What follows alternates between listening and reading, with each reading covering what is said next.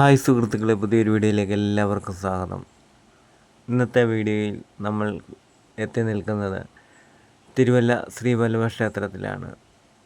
ഇവിടുത്തെ വിശേഷങ്ങളാണ് ഇന്നത്തെ വീഡിയോയിൽ ഉൾക്കൊള്ളിച്ചിരിക്കുന്നത്. തിരുവല്ല മാവേലിക്കര റോഡിൽ തിരുവല്ലയിൽ നിന്ന് ഏകദേശം 2 കിലോമീറ്റർ അകലെ സ്ഥിതി ചെയ്യുന്ന പ്രസിദ്ധമായ മഹാവിഷ്ണു ക്ഷേത്രമാണ് ശ്രീവല്ലഭ ക്ഷേത്രം. പ്രധാന ശ്രീകോവിലിൽ 2 പ്രതിഷ്ഠകളാണ് ഉള്ളത്. കിഴക്കോട്ട് ദർശനമായി ശ്രീവല്ലഭനും പടിഞ്ഞാറോട്ട് ദർശനമായി സുദർശനമൂർത്തിയുമാണ് ഇവിടെ സ്ഥിതി ചെയ്യുന്നത്. ശ്രീവല്ലഭൻ ചതുർബാഹു വിഗ്രഹത്തോടും കൂടിയും സുദർശനമൂർത്തി അഷ്ടബാഹു വിഗ്രഹത്തോടു കൂടിയുമാണ് ഇവിടെ സ്ഥിതി ചെയ്യുന്നത്. ശ്രീവല്ലഭൻ വാഴുന്ന മണ്ണായതിനാൽ ശ്രീവല്ലഭപുരി എന്നും അറിയപ്പെടുന്നു. അത് ലോപിച്ചാണ് തിരുവല്ല ഉണ്ടായതെന്നും പറയപ്പെടുന്നു. മറ്റു ക്ഷേത്രങ്ങളിൽ നിന്നും വ്യത്യസ്തമായി പഞ്ചരാത്ര സംഹിതയിലെ ദുർവാസ സംഹിത അനുസരിച്ചാണ് ഇവിടെ ക്ഷേത്ര പൂജകൾ നിശ്ചയിച്ചിട്ടുള്ളത്. തന്ത്രസമുച്ചയം ഇവിടെ ബാധകമല്ല. മറ്റു മഹാവിഷ്ണു ക്ഷേത്രങ്ങളിൽ നിന്നും വ്യത്യസ്തമായി പുരുഷനാരായണ പൂജ നടക്കുന്നതിനാൽ ഭഗവാനെ മഞ്ഞ വസ്ത്രങ്ങൾ അണിയിക്കാറില്ല. തിരുവല്ല കുഴുക്കാട്ടില്ലത്തിനാണ് താന്ത്രിക അവകാശം. പ്രധാന ശ്രീകോവിലിനും ആനക്കൊട്ടിലിനും ഇടയിലായി ഗരുഡമാടത്തറ എന്ന ഒരു മണ്ഡപം നമുക്ക് കാണാൻ സാധിക്കും. ഗരുഡൻ്റെ രൂപത്തോടു കൂടിയ ഒരു കൊടിമരമാണത്. ഏകദേശം 65 അടി ഉയരമുള്ള കൊടിമരത്തിൻ്റെ മുകളിലായി ഗരുഡൻ്റെ രൂപം കൊത്തിവെച്ചിട്ടുണ്ട്. ഭഗവാനെ തൊഴുതു നീക്കുന്ന രീതിയിലുള്ള കൊടിമരം കൊത്തിവെച്ചിട്ടുണ്ട്. മുൻപ് ഇത് കൊടിമരം മാത്രം ഉണ്ടായിരുന്നുള്ളൂ എന്നും കൊടിമരത്തിന് ചെരിവ് വന്നപ്പോൾ 3 നിലകളിലായുള്ള മണ്ഡപം ഉണ്ടാക്കുകയായിരുന്നുവെന്നും പറയപ്പെടുന്നു. ശ്രീവല്ലഭ ക്ഷേത്രത്തിൻ്റെ കിഴക്കേ നടയിലും പടിഞ്ഞാറേ നടയിലും നമുക്ക് നമസ്കാര മണ്ഡപങ്ങൾ കാണാൻ സാധിക്കും.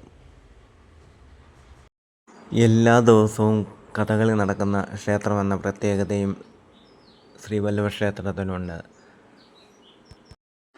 ക്ഷേത്രത്തിൻ്റെ കിഴക്കേ ഗോപുരത്തിലാണ് എന്നും കഥകളി നടക്കാറുള്ളത്. ക്ഷേത്രത്തിൽ കഥകളി നടക്കുന്നതുമായി ബന്ധപ്പെട്ട് ഒരു ഐതിഹ്യ കഥയുണ്ട്. വിഷ്ണുഭക്തനായ വില്ലുമംഗലം സ്വാമിയാർ ക്ഷേത്രക്കുളത്തിലെത്തി കുളി കഴിഞ്ഞ് ഭഗവാനെ ദർശിക്കാനായി സോപാനത്തിലെത്തി.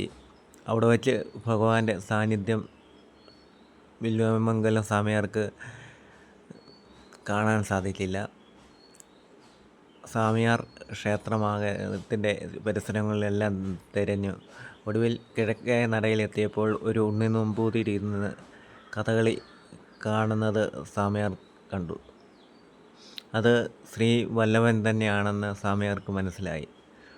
അങ്ങനെ കഥകളി ക്ഷേത്രത്തിലെ നിത്യ പതിവായി മാറി.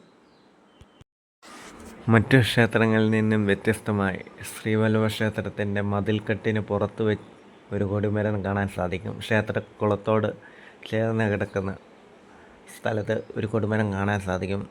അതിൻ്റെ പ്രസക്തി എന്താണെന്ന് എനിക്ക് കൃത്യമായിട്ട് അറിയില്ല.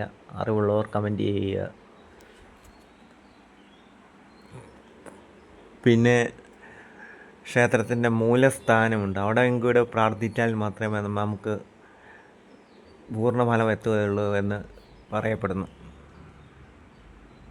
ഇതാണ് ക്ഷേത്രത്തിൻ്റെ മൂലസ്ഥാനം. ഇതിൻ്റെ അകത്തെ ദൃശ്യങ്ങൾ ക്യാമറയിൽ പകർത്താമോ എന്ന് എനിക്കറിയില്ലായിരുന്നു. അതുകൊണ്ട് ഞാൻ പുറത്തു നിന്നാണ് വീഡിയോ എടുത്തിട്ടുള്ളത്. പിന്നെ ഇവിടെ ശ്രീവല്ലഭ ക്ഷേത്രത്തിലെ കൊടിമരം ഇടിമിന്നലേറ്റ് നശിച്ച വിവരം നിങ്ങൾക്ക് എല്ലാവർക്കും അറിയാവുന്നതാണ്. അതിന് പകരമായി കൊടിമരം നിർമ്മിക്കുന്നതിനാവശ്യമായ തടി എണ്ണത്തോണിയിലിട്ട് കൊടിമരത്തിന് പാകമാകുന്ന രീതിയിൽ ഒരുക്കിയെടുക്കുകയാണ് ഇവിടെ. അതിൻ്റെ പ്രോസസ്സാണ് ഇവിടെ നടക്കുന്നത്. ശ്രീവല്ലഭസ്വാമിയുടെ വിശേഷങ്ങൾ ഇവിടം കൊണ്ട് തീരുന്നില്ല. വീണ്ടും കണ്ടുമുട്ടാമെന്ന് പ്രതീക്ഷിക്കുന്നു. വീഡിയോ ഇഷ്ടമായെങ്കിൽ ലൈക്ക് ചെയ്യുക, സബ്സ്ക്രൈബ് ചെയ്യുക.